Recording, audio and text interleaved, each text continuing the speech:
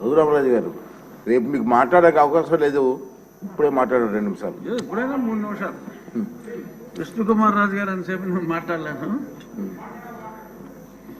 ఈ ఋషికొండ వ్యవహారం మీద ముందుగా రామకృష్ణ బాబు గారు, అక్కడ జనసేనకు సంబంధించి మూర్తి యాదవ్ అనే కార్పొరేటరు, వాళ్ళు లోకల్గా దాని గురించి వివరించడం, అదే సమయంలో నేషనల్ గ్రీన్ ట్రిబ్యునల్కి నేను ఒక రిప్రజెంటేషన్ ఇస్తే దాన్ని సువోమోటోగా వాళ్ళు దాన్ని స్వీకరించి ఆ కన్స్ట్రక్షన్ని నిలుపుదల చేయమని చెప్పి ఒక ఆర్డర్ ఇస్తే దానికి హైకోర్టులో మీరు స్టే తెచ్చుకోవటం జరిగింది.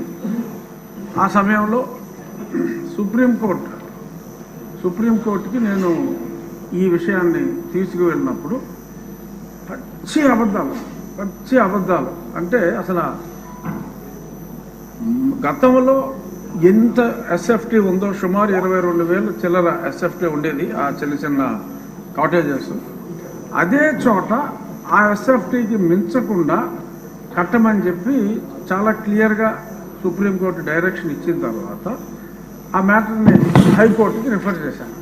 ఆ డైరెక్షన్ ఇచ్చిన తర్వాత హైకోర్టుకి అన్ని రాంగ్ ఎఫిడవిట్స్ వాళ్ళు ఫైల్ చేసి తూచా తప్పకుండా సుప్రీంకోర్టు గైడ్ లైన్స్ని మేము ఫాలో అవుతున్నాం, ఈయన ప్రతిదానికి మా మీద కంప్లైంట్ ఇస్తాడు, అతని కంప్లైంట్లను మీరు పట్టించుకోవద్దు అని అన్ని రాంగ్ ఎఫిడవిట్లు నేను ముఖ్యమంత్రి నివాసం కోసం పట్టుకుంటున్నట్టు అప్పుడే చెప్తే అదేమీ లేదు, కేవలం టూరిజం డెవలప్మెంట్ కోసం మేము ఇన్ని 100 కోట్లు ఖర్చు పెడుతున్నామని చెప్పి బ్లేటెంట్ లైస్ని, అంటే అది పెర్జూరీ కింద వస్తుంది, కోర్టుని తప్పుదోవ పట్టించడం. అటువంటి ఇవన్నీ కూడా ఏపీ టూరిజం డెవలప్మెంట్ కార్పొరేషన్ వారి ద్వారా ఆ పచ్చి అబద్ధాలని అక్కడ ఫైల్ చేయటం, పలుసార్లు అది వాయిదా పడటం జరిగింది.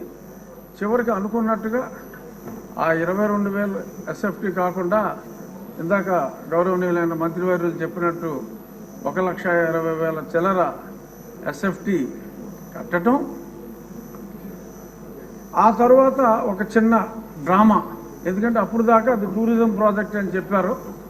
ఈలోపు ముఖ్యమంత్రి గారు అప్పటి ముఖ్యమంత్రి ఒక అనౌన్స్మెంట్ ఇచ్చి నేను విశాఖపట్నం వచ్చేస్తున్నాను అని చెప్పి ఆయన చెప్పడం జరిగింది. ఆ తర్వాత కొంతమంది ఆఫీసర్స్ని వైజాగ్లో నాకేమన్నా ఇల్లు దొరుకుతుందా చూడండి, స్టడీ చేయండి అని చెప్పి స్టడీ చేస్తే వాళ్ళకంట ఆ బీచ్ రోడ్లో వెళ్తూ ఉంటే అరే ఇక్కడ భలే ఇల్లు దొరికిందే, ఇది ముఖ్యమంత్రి గారికి బాగుంటుంది అని చెప్పి వాళ్ళకి తెలిస్తే వాళ్ళందరూ సూచించారంట.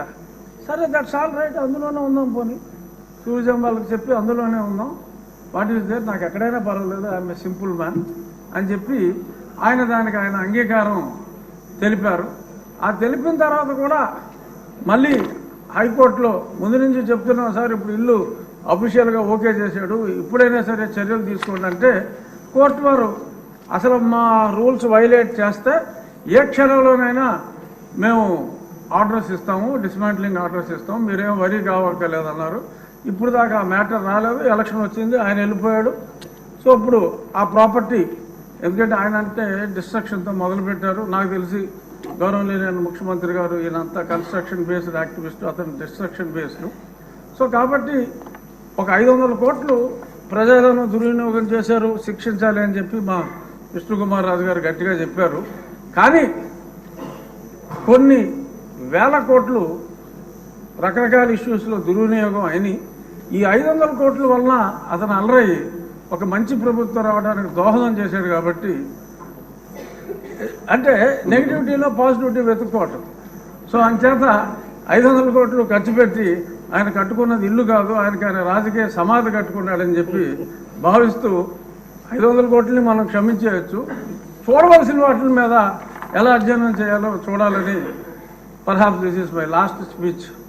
ఇక్కడ కూర్చుని మళ్ళీ దాలిక కట్ కాబట్టి దీని మీద లాస్ట్. సో దీని మీద రేపు జరిగే చర్చ ఆసక్తిగా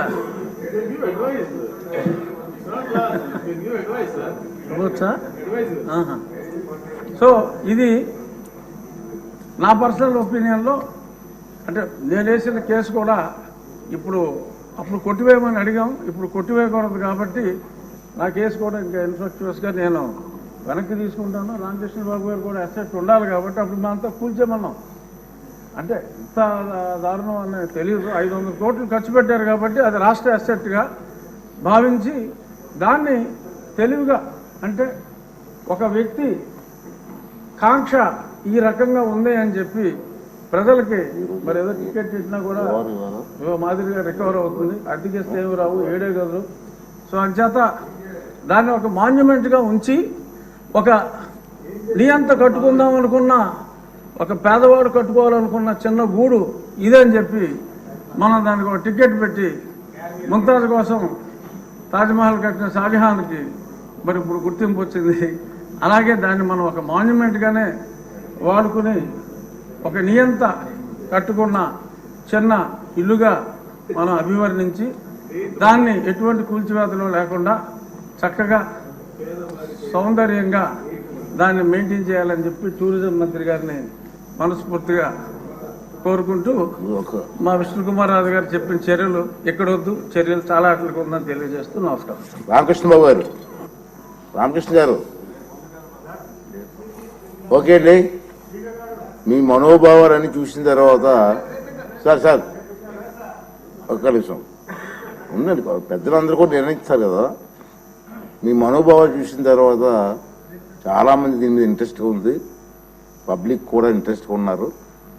దీన్ని సోమవారం నాడు ప్రత్యేకంగా టైం కేటాయింపు చేసి దీని మీద చర్చ జరపాలని పెద్దలు నిర్ణయించారు.